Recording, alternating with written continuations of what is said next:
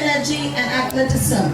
It is time to kick off our most awaited Bethel's 42 Annual Day celebration. Can we all give a big round of applause?